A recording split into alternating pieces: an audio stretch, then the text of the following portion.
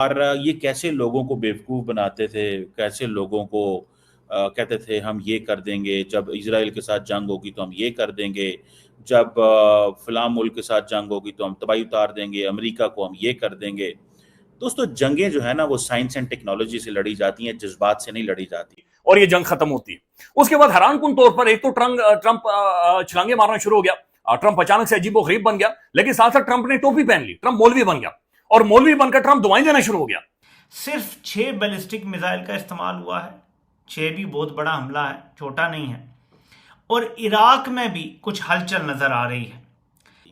जंगें मदरसे के बच्चे नहीं लड़ सकते, जंगें यूनिवर्सिटी MIT के पढ़े हुए बच्चे, स्टैनफोर्ड, हार्वर्ड, ऑक्सफोर्ड के पढ़े हुए बच्चे लड़ सकते हैं, और वो बच्चे भी जो मैथमेटिक्स पढ़े, जो फिजिक्स। नमस्कार दोस्तों पाकिस्तान के जिहादी अधिकतर इजराइल को दुआओं से ही मारने की कोशिश करते हैं, क्योंकि पाकिस्तानी हमेशा यही बात करते हैं कि अल्लाह इजराइल का बुरा करेगा। लेकिन इजराइल ने जिस तरह से इन जिहादियों के पिछवाड़े में धुआं निकाला है, तब से जिहादियों की और ज़्यादा सुलग चुकी है। क्योंकि जिस तरह से इजराइल ने पहले तो फिलिस्तीन और गाजा को पीटा, उसके बाद ईरान को भी पेल करके अब सीज फायर कर लिया, जिससे अब पाकिस्तान के मौलवी लगातार अपने लोगों को उकसा रहे हैं कि उनको इजराइल के खिलाफ जिहाद करना है, इसके लिए वो तैयार रहें।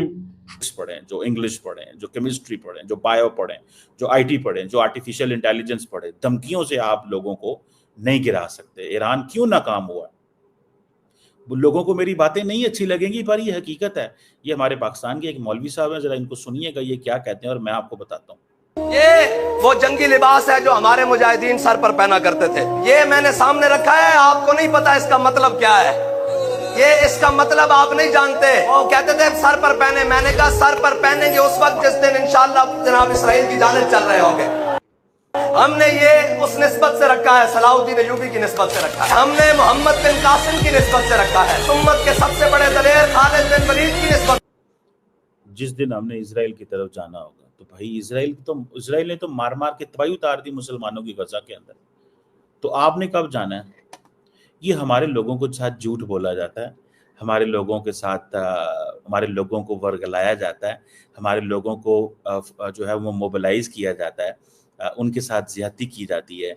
उनको ये कहा जाता है कि भाई तुम जो है वो जाओ लड़ो जिहाद करो। खुद ये सारे के सारे जो मौलवी हैं इन्होंने पूरी ज़िंदगी अय्याशियाँ की हैं, पूरी की पूरी ज़िंदगी इन्होंने अय्याशियाँ की हैं, इनके बच्चों ने अय्याशियाँ की हैं, इनके बापों ने अय्याशियाँ की हैं, और आम आदमी को ये मोबिलाइज़ करते रहते हैं। और फिर कई दफ़ा ऐसे होता है कि इन लोगों की जो पॉलिटिकल पार्टीज़ हैं, ठीक है, इन लोगों की पॉलिटिकल पार्टीज़ के लोग बाहर जाके वेस्ट में जाके लड़ते हैं, हमले करते हैं यार, लोगों के ऊपर हमले कर देते हैं। और इनको तो नहीं इस चीज़ का पता ये क्या करवा रहे हैं या क्या कर रहे हैं। They don't know, they don't have an idea. इनको तो ऐसा कोई आइडिया नहीं पता। तो मुझे ज़ाती तौर पे ये लगता है, what I understand and what I have understood, कि यार ये तरीकाकार जो है ना, अब इजराइल की जंग तो बंद हो गई है, आपने क्या किरदार था? ईरान के पास अगर डिफेंस सिस्टम होता, अब आप ये लोगों को कह रहे जाओ जाओ जाओ जाओ जाओ जाके लड़ना है, हमने इजराइल की तरफ चल पड़ना है।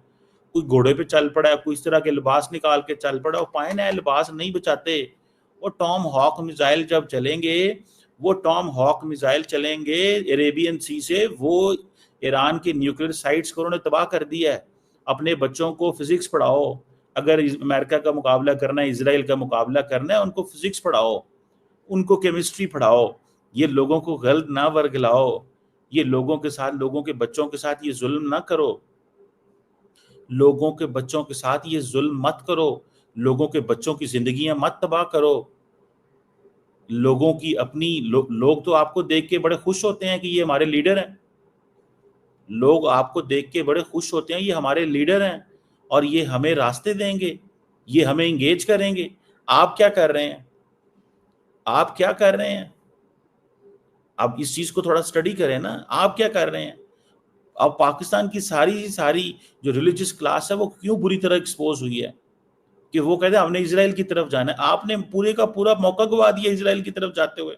आप जाते हैं, आपको पता ना चलता गोलियां कहां से आ रही हैं, मिसाइल कहां से आ रहे हैं, बारूद कहां से आ रहा है।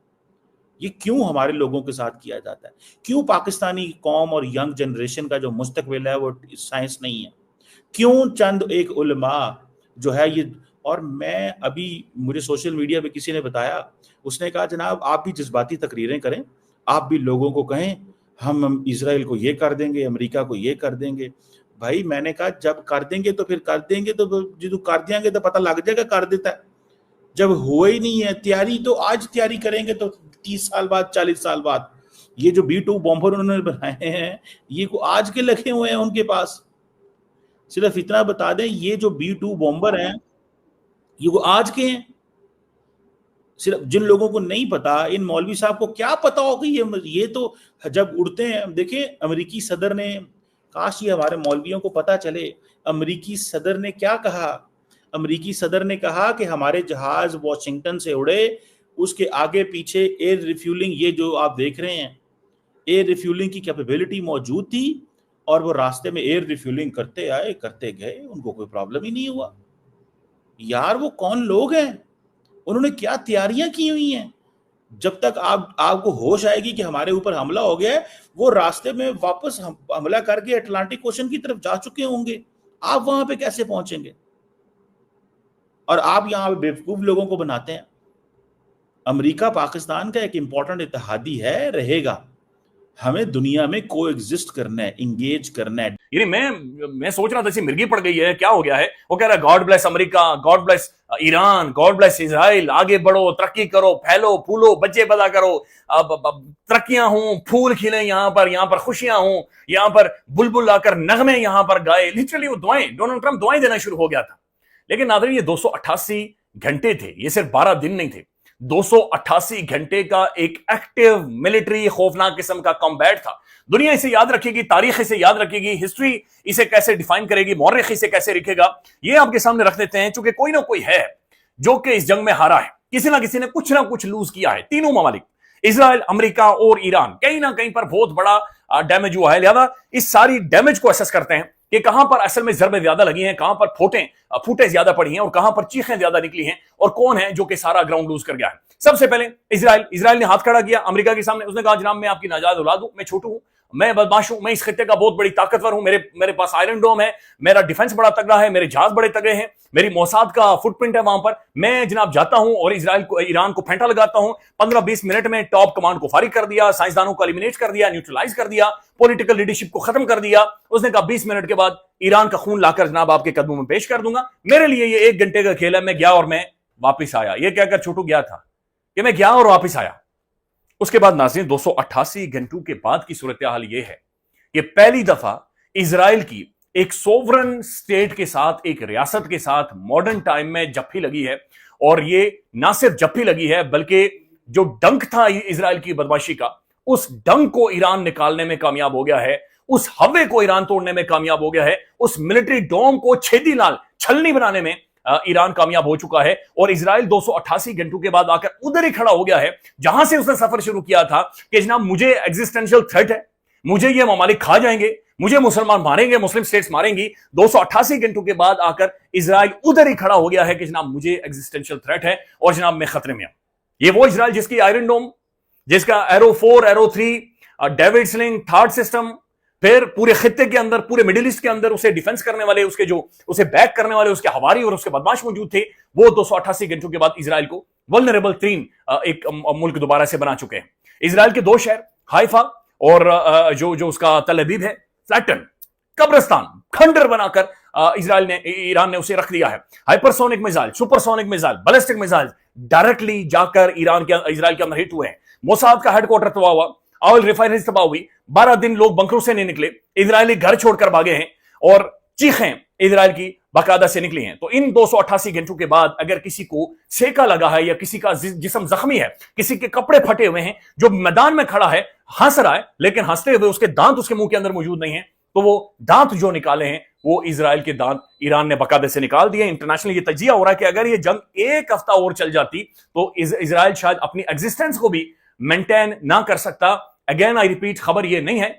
तो दोस्तों, पाकिस्तान के मौलवियों को कभी ये नहीं पता कि जंग साइंस और टेक्नोलॉजी के साथ लड़ी जाती है, जिहाद के साथ नहीं और जज्बे के साथ नहीं। पाकिस्तानियों का जज्बा हमेशा से इतना ज़्यादा हाई होता है कि हर जगह पिट जाती है। पाकिस्तानियों को ये अच्छी तरीक़ा से पता है कि जहाँ भी वो मुकाबला करने की कोशिश करते हैं, वहीं पर मार खाते हैं। यही कारण है कि पाकिस्तानियों को सारी बातें पता होने के बावजूद भी इज़राइल के खिलाफ़ हमेशा से वो जिहाद करने की बात करते हैं। एक तरफ जहाँ अमेरिका के पैसों पर पलते हैं, तो दूसरी तरफ अमेरिका के खिलाफ़ पाकिस्तान के मौलवी जिहाद करने की भी बातें करते हैं, क्योंकि पाकिस्तानियों की औकात सिर्फ़ इतनी है। पाकिस्तानी मुल्ला और मौलवी इस वक़्त इतने ज़्यादा बौखला चुके हैं कि वो हर हालत में इज़राइल के खिलाफ़ अब जिहाद करेंगे, जिसके लिए वो पूरी ताकत लगा देते हैं, लेकिन उनकी कोई दुनिया में सुनता भी नहीं, क्योंकि पाकिस्तानियों को अच्छी तरीक़ा से पता है कि इज़राइल और अमेरिका दोनों पावरफुल कंट्री हैं, जो कि किसी भी देश को तबाह और बर्बाद कर सकते हैं। यही कारण है कि जिस तरह से ईरान के साथ हुआ है, वैसा ही अब पाकिस्तान के साथ होने वाला है, क्योंकि अमेरिका इस वक़्त